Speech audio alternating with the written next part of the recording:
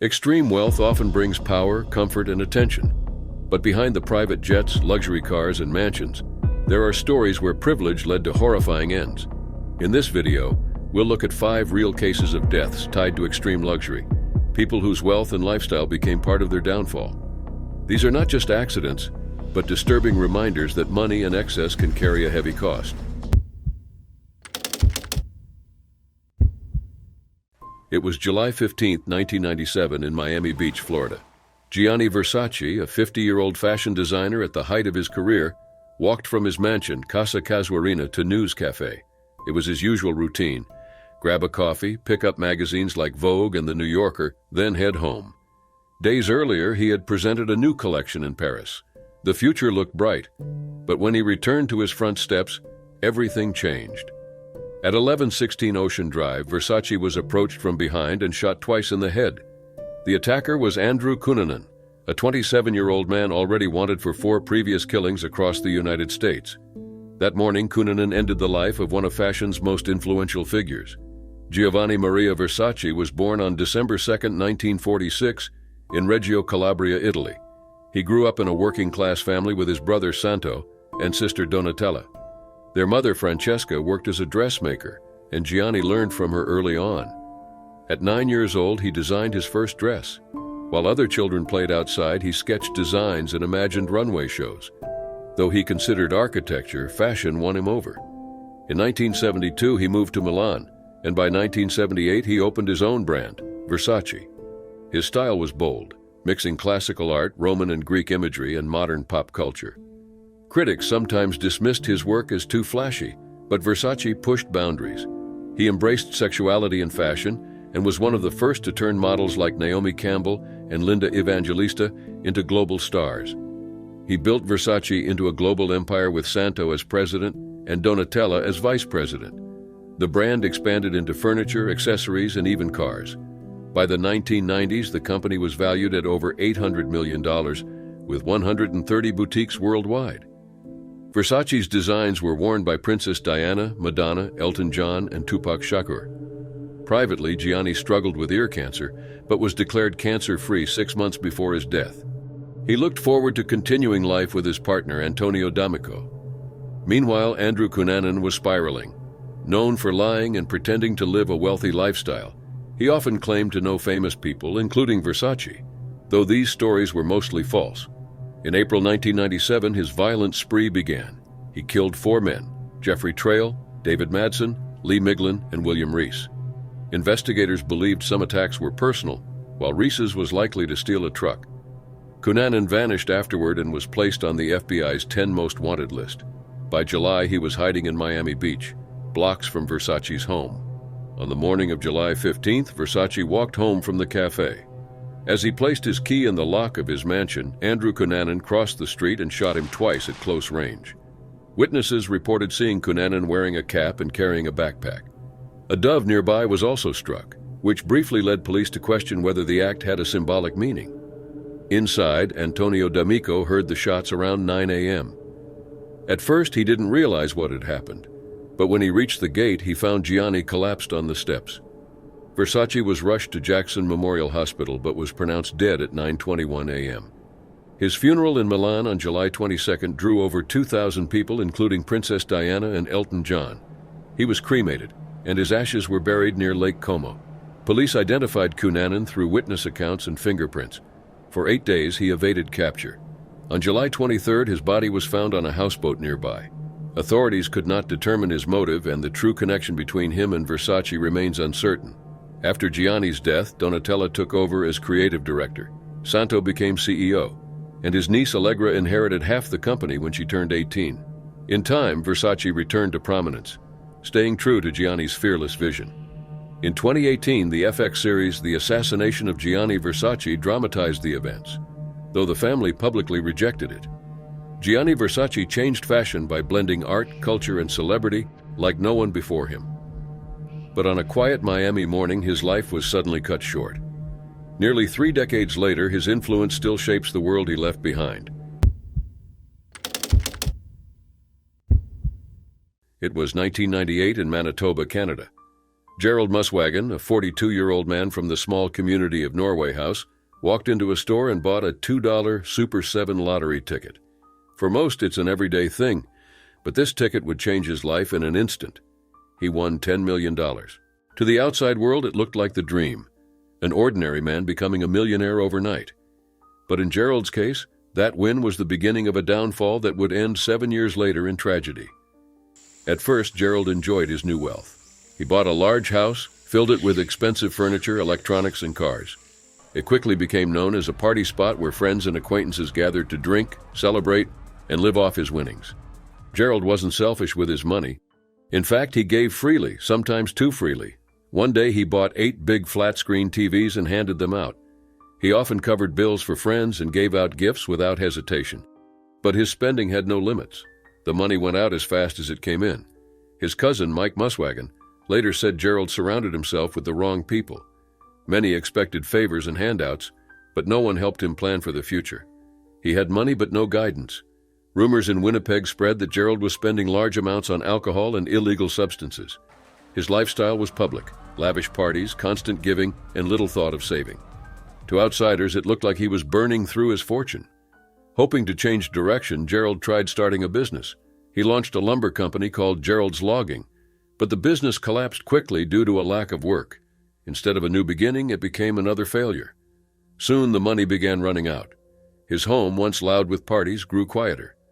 Gerald found himself slipping back into his old life, but now with a criminal record and fewer opportunities. In October 2000, things got worse. Gerald took his Chevy Silverado for a joyride that turned into a high-speed chase with the police. He hit speeds of 111 miles per hour before being stopped. He pleaded guilty to reckless driving and spent 3 months in jail. A few years later, more tragedy struck when his wife passed away. Not long after, Gerald was charged and later admitted guilt to a serious offense. He again received a 3-month sentence. By then, nearly all of the $10 million was gone. With little education and a record, his job prospects were almost non-existent. After release, Gerald moved in with his girlfriend, and together they had 6 children. But now, without money, he had to work. He found labor jobs at a local farm, hard work with little pay. It was far from the lifestyle he once had. Mike, his cousin, reflected that he had wanted him to be set up for life that he should have been, but instead he made very bad choices. There was also another struggle. Gerald's mental health was deteriorating. He became quiet and withdrawn. Those close to him noticed his depression, but he rarely spoke about it. His lawyer, Tim Valgerdson, said Gerald never adjusted to sudden wealth, especially coming from a small community with little preparation for such a change. By October 2005, exactly 7 years after winning, Gerald's life had completely collapsed. That month, he was found in the garage of his parents' home. He had taken his own life. The news stunned his community. Mike explained that Gerald had concealed the depth of his struggles, noting that people were very upset and surprised, but that Gerald had been deeply depressed, even though he kept it well hidden. Gerald's story is not what most imagine when thinking of lottery winners. He went from modest beginnings to instant wealth, but without support and guidance, the pressure consumed him. In the end, the jackpot that seemed like a dream became the first step in his downfall. It was February 14, 2013, in Mombasa, Kenya. Harry Roy Vevers, a 64-year-old British property tycoon, had lived there for decades. He struggled with high blood pressure, angina, and a chronic inner ear condition. That morning, he complained of chest pain. A doctor was called, but by the time he arrived, Harry had passed away. His death was ruled heart-related. But what seemed like a sudden loss soon turned into a legal and emotional battle that would divide Harry's family for more than a decade. Harry was a wealthy man with multiple coastal homes, a multi-million-pound estate, and a quiet but comfortable life. He had 2 sons, Richard and Philip, from his first marriage, and 2 daughters, Helen and Alexandra, from his second marriage to Azra Parvin Din. When Harry died, Helen and Alexandra were in the United Kingdom. Their mother, Azra, was with him in Mombasa. His burial happened quickly the next day, following Islamic customs. No autopsy was done, no police report was filed, and his sons weren't notified until it was over. 3 days later, Richard and Philip flew in, only to learn their father had already been buried under a different name in a Muslim cemetery. To them, nothing about this felt right. They said their father wasn't Muslim and believed the burial was done to cover something up. When they saw the body at the mortuary, they noticed a red face and purplish lips. They photographed it, but said their stepmother and sisters tried to stop them from keeping the photos. From that moment, suspicion grew. The brothers requested that the body be exhumed. The court approved it in April 2013, but the order wasn't carried out until January 31, 2014. By then, the body had badly decomposed. The accusations soon focused on money. The sons claimed their stepmother and half-sisters had caused Harry's death to secure his £7 million estate. The sisters denied this, insisting their father died naturally, and the brothers simply wanted more of the inheritance. Both sides brought in forensic experts. A British doctor found no toxins, but a Kenyan expert reported traces of a pesticide. However, the sample was sent to the United Kingdom months later in the wrong container, leaving doubts about reliability. By 2018, the inquest was bogged down in delays. The sisters said they were unfairly targeted. Helen received anonymous threats traced back to a court clerk. She left her career while Alexandra avoided relationships out of fear. Their mother, now in her 70s, worried about facing prison abroad. The legal process dragged on for years. In 2023, one magistrate ruled Harry's death was not suspicious, but the brothers appealed, and the High Court reopened the inquest. By 2024, Magistrate David Odiambo was assigned the case. He reviewed over a decade of testimony, reports, and evidence. He concluded that the body had decomposed too much to establish a cause of death. No proof tied anyone to wrongdoing. He said grief had torn the family apart more than the loss itself. Even inside the courtroom, tensions exploded. The sisters shouted at witnesses, and Helen once wore a vest reading, "My daddy was not murdered." Disputes over Harry's religion, the burial name, the missing will, and even a vanished letter from a bank deposit box fueled the conflict. Finally, in August 2025, the magistrate closed the case. No charges, no confirmed cause of death, and no will. But the disputes continued. Richard and Philip wanted their father reburied in the United Kingdom. The sisters insisted on Kenya. The court said it had no authority without a will. To this day, Harry's body remains in the Mombasa mortuary, unburied for more than 11 years. His estate is still tied up in court, and the family remains divided, with questions left unanswered about what really happened on that February morning.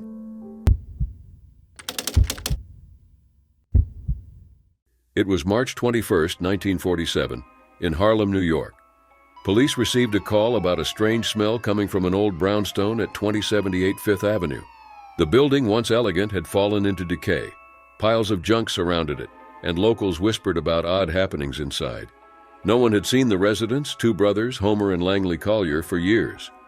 The caller described the odor as the scent of decomposition. When officers arrived, they quickly realized this was not a normal call. The house was nearly sealed off. The front door was jammed shut, the windows covered with iron bars, and mountains of newspapers, boxes, and broken furniture blocked the entrance. Reports suggested that Langley, the younger brother, had built traps inside to stop intruders. Rumors spread of hidden treasure, drawing thieves over the years, but no one knew for certain what the brothers were protecting or hiding. Unable to get inside, police smashed a second-floor window. 5 hours of digging through endless piles of junk finally revealed Homer's body. He was dressed in a bathrobe, slumped over, having died from starvation and illness roughly 10 hours earlier. Langley, however, was nowhere to be found. At first, police thought he had abandoned Homer. Some claimed to have seen him in Atlantic City. Searches expanded into nearby states, but no trace of him appeared. Meanwhile, cleanup crews began hauling away the contents of the house. Over time, they removed more than 120 tons of material: newspapers, furniture, books, a human skeleton, preserved organs, bicycles, and even a Model T car. It wasn't until April 8th, nearly 3 weeks later, that a worker found Langley. His body was only a few feet from where Homer had been discovered, hidden beneath suitcases, newspapers, and boxes. Investigators determined he had died around March 9th. While bringing food to Homer, Langley had accidentally set off one of his own traps, causing a collapse that buried him alive. With Langley gone, Homer was left helpless until his own death. The brothers' fall into isolation began much earlier. Homer and Langley were born to a wealthy family. Their father was a respected doctor, and their mother was an opera singer. Both brothers attended Columbia University, Homer becoming a lawyer and Langley studying engineering and chemistry. But in 1932, Homer suffered a stroke that left him blind. Langley quit his career to care for him. Their collecting habits grew extreme. Langley fed Homer a strict diet of oranges, bread, and peanut butter, convinced it might restore his sight. He stockpiled newspapers so Homer could catch up on reading once he recovered. But Homer's condition only worsened, leaving him paralyzed as well. Langley became more reclusive, leaving home only at night to fetch supplies. The house was filled with bicycles, baby carriages, tools, and medical equipment. Langley dug tunnels through the piles and created traps, both to ward off intruders and out of growing paranoia. Despite their lifestyle, the brothers still had money. Langley even paid off the house in 1942. In 1938, they turned down an offer of $125,000 for the property, fueling rumors of hidden riches. But the wealth did not save them. By the mid-1940s, their home had become a maze of debris that trapped them both inside. The strange end of the Collier brothers shocked the public. Their mansion was torn down, and a small park was built in its place named after them. Today, the park quietly stands where their home once collapsed under the weight of obsession. The brothers were buried in unmarked graves beside their parents. Though their lives began with privilege, they ended surrounded by the very things they refused to let go. It was December 23, 2011 in Guangdong, southern China. 49-year-old billionaire Long Liwan sat down for a business lunch that seemed ordinary at first. He had built his fortune through a forestry company and was meeting two men to discuss leasing woodland. But by the end of that afternoon, Long was gone, and what should have been a routine meal became the center of a criminal investigation. Long had a known taste for a local delicacy, slow-cooked cat meat stew. He had eaten it at the same restaurant many times without problems. But that day, the stew tasted bitter. One of his companions, Huang Wen, noticed it immediately, but Long kept eating. He enjoyed the dish more than most, finishing a larger portion than the others. The three men that day were Long, Huang Wen, and an agriculture official named Huang Guang. They had inspected the land earlier, then went to the restaurant together. Not long into the meal, Long began to feel ill. His vision blurred, he grew dizzy, and sweat poured down his face. Huang Wen also felt sick, but less severely since he had eaten less. Huang Guang also experienced discomfort, but seemed to recover faster. As Long grew weaker, Huang Wen urged him to get medical help. He was rushed to a hospital, but it was too late. He went into cardiac arrest and died shortly after arriving. At first, police thought it was food poisoning. The restaurant owner was even detained for serving unsafe food. But Long's family was not convinced. He had eaten this dish many times before at the same restaurant without issue. They demanded a deeper investigation and even offered a reward for information. Tests revealed the stew contained a toxic plant called Gelsemium elegans, which grows in southern China. Though used in traditional medicine, even small amounts can be fatal. It causes dizziness, convulsions, and heart failure. Investigators concluded this was no accident. The stew had been tampered with. The focus turned to Huang Guang. He wasn't just any local official. He was the deputy director of agriculture in Bajia Township and had a long business history with Long. Their relationship had soured after Huang misused the money Long had lent him. Tensions rose further when Long began pressing him for help with land deals. Just days before the incident, Long had confronted Huang and allegedly threatened to report his associates to party officials. Investigators soon discovered something suspicious. During the meal, Huang Guang had stepped away from the table for about 10 minutes. Huang Wen remembered this clearly. That break gave him the opportunity to tamper with the dish. Given Huang's knowledge of local plants, including poisonous ones, suspicion quickly grew stronger. Long's family also accused Huang of corrupt practices, including owing Long large sums of money. If true, eliminating Long would not only erase those debts, but also protect Huang's career. On December 30th, 1 week after Long's death, police arrested Huang Guang on suspicion of deliberately poisoning the stew. The case revealed the darker side of business disputes in China. What had first appeared to be food poisoning was actually a calculated act tied to money, betrayal, and desperation. For Long, his fortune and influence may have made him a target. A meal meant to strengthen business ties instead became the setting for his final moments. Long's story raises a chilling question. How can something as ordinary as lunch turn into a deadly trap?